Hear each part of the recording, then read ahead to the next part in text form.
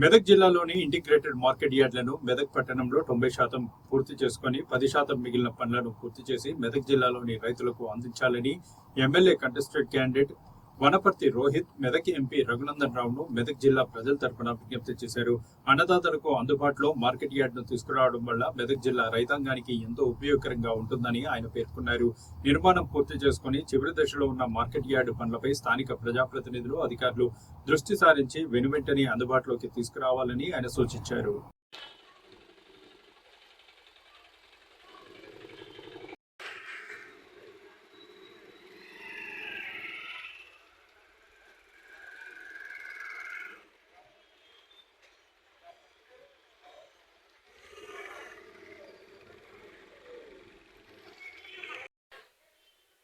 మెదక్ జిల్లాలోని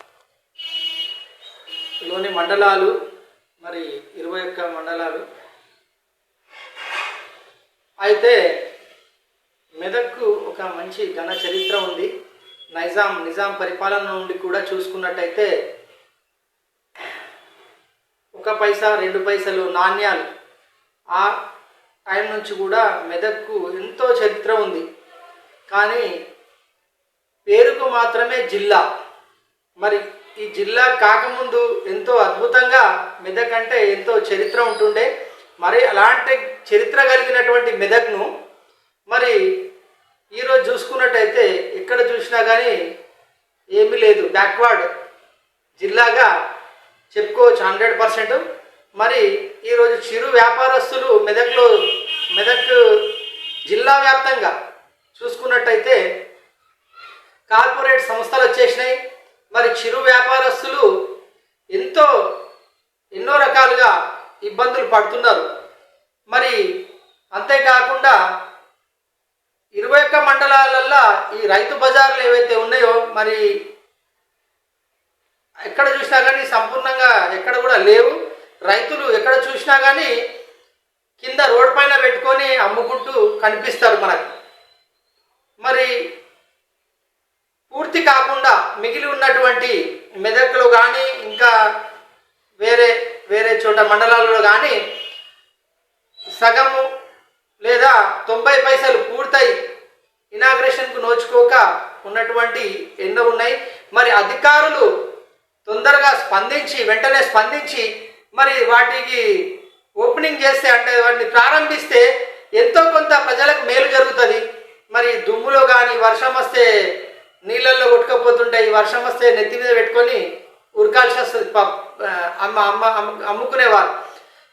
కార్పొరేట్ సంస్థలు ఈ కార్పొరేట్ వ్యవస్థ అనేది మెదక్ బ్యాక్వర్డ్ ఏరియా అంత పెద్ద ప్రభావం చూపించదు.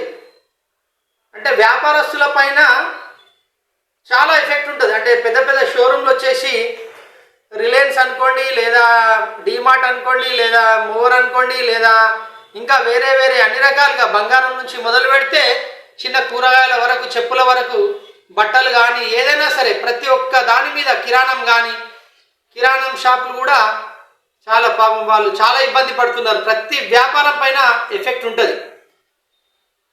అలాంటి టైంలో అభివృద్ధి అనేది కనిపిస్తే ప్రజలకు ఎంతో కొంత మేలు జరుగుతుంది, అభివృద్ధి అనేది జరుగుతుంది అనేసి. కనీసం 90% పూర్తయి ప్రారంభానికి నోచుకోకుండా ఈ రైతు బజార్లు కానీ, మార్కెట్ కమిటీ యార్డులు కానీ ఇవి కార్పొరేషన్ కిందికి వస్తాయి, కార్పొరేషన్ వ్యవస్థలోనే ఉంటాయి. కాబట్టి ఇలాంటివన్నీ ఇనాగ్రేషన్ చేసి తొందరగా ప్రజలకు అందుబాటులో తేవాలని చెప్పేసి నేను కోరుతున్నాను అధికారులను.